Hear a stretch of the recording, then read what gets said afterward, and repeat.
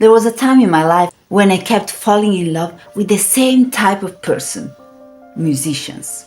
Men who were confident, creative, confident on stage, confident with themselves. And I was fascinated. If a man could sing, play an instrument, and move with that kind of ease, I didn't need much else. I didn't know him.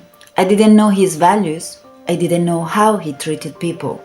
But if he had talent and self-confidence, something inside of me will light up. And I thought it was love. Sometimes we don't fall in love with a person. We fall in love with what they represent, with what we believe they have that we don't. Charisma, talent, confidence, and what feels like connection is sometimes projection. The more uncertain we feel about ourselves, the more extraordinary the other person seems. Not because they're perfect, but because we minimize parts of ourselves. I remember thinking that I wasn't capable of that. Music felt magical to me. And I had convinced myself that I didn't have this ability, that I wasn't talented enough, not brave enough, not gifted enough. So when I saw somebody on stage who knew how to sing, how to play, how to speak to a crowd, it felt extraordinary. Especially if he was a good frontman, someone who knew exactly what to say, how to say it, in a cool, confident way. I would start talking with him casually, and in my mind, I would tell myself, I'm not interested, I'm not falling in love. But inside, there were butterflies, a quiet hope, a desire for him to see me, to recognize me, to choose me. Even though I didn't really know him, I knew almost nothing about who he really was. But the fascinating was so strong that I convinced myself it was love. When we believe someone has something we lack, they become larger than life. Admiration slowly turns into idealization, and idealization can easily become emotional dependency. We stop seeing who they truly are, and we start seeing what they symbolize. And what they symbolize often reflects something inside us that's still unexplored. Looking back, I can see something clearly. I didn't just like them, I need their approval.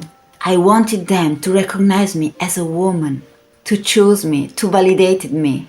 Because if someone like that would choose me, maybe it meant I was worthy. Maybe it meant I had value. And that need was visible. I didn't say it out loud, but it was there, and the other person could feel it. It was like a quiet emptiness, a space I wanted them to feel, and almost every time they would pull away. Not dramatically, just subtly. They would enjoy my presence, maybe even intimacy, but never commitment, never something real. They would meet me when it suited them, when they had time, when it was convenient, and it hurt.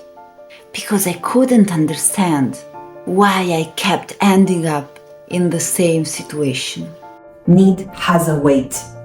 When we approach someone hoping they will complete something inside us, they can feel it. Not consciously perhaps, but emotionally. When attraction is mixed with emptiness, it creates a pressure, and that pressure often pushes the other person away. Not because we're unworthy, but love struggles to grow where the two people don't feel at the same level, when one feels, even unconsciously, a little smaller than the other. Real connection happens between equals, not between one person that feels complete and the other person that feels they need to be completed. It took time for me to understand. I wasn't in love with them. I was in love with what they symbolized. Self-confidence, creativity, expression. And the truth was that I really wanted these qualities for myself. I wanted to sing, I wanted to play, but I didn't have the courage to begin. It was easier to admire them than to face my fear. Easier to look to their talent than to develop my own. And so I kept chasing people who embodied something I had denied in myself. Until I realized the void I felt was not something they could feel. It was something I had to claim. Sometimes we fall in love with the parts of ourselves we have not yet embraced.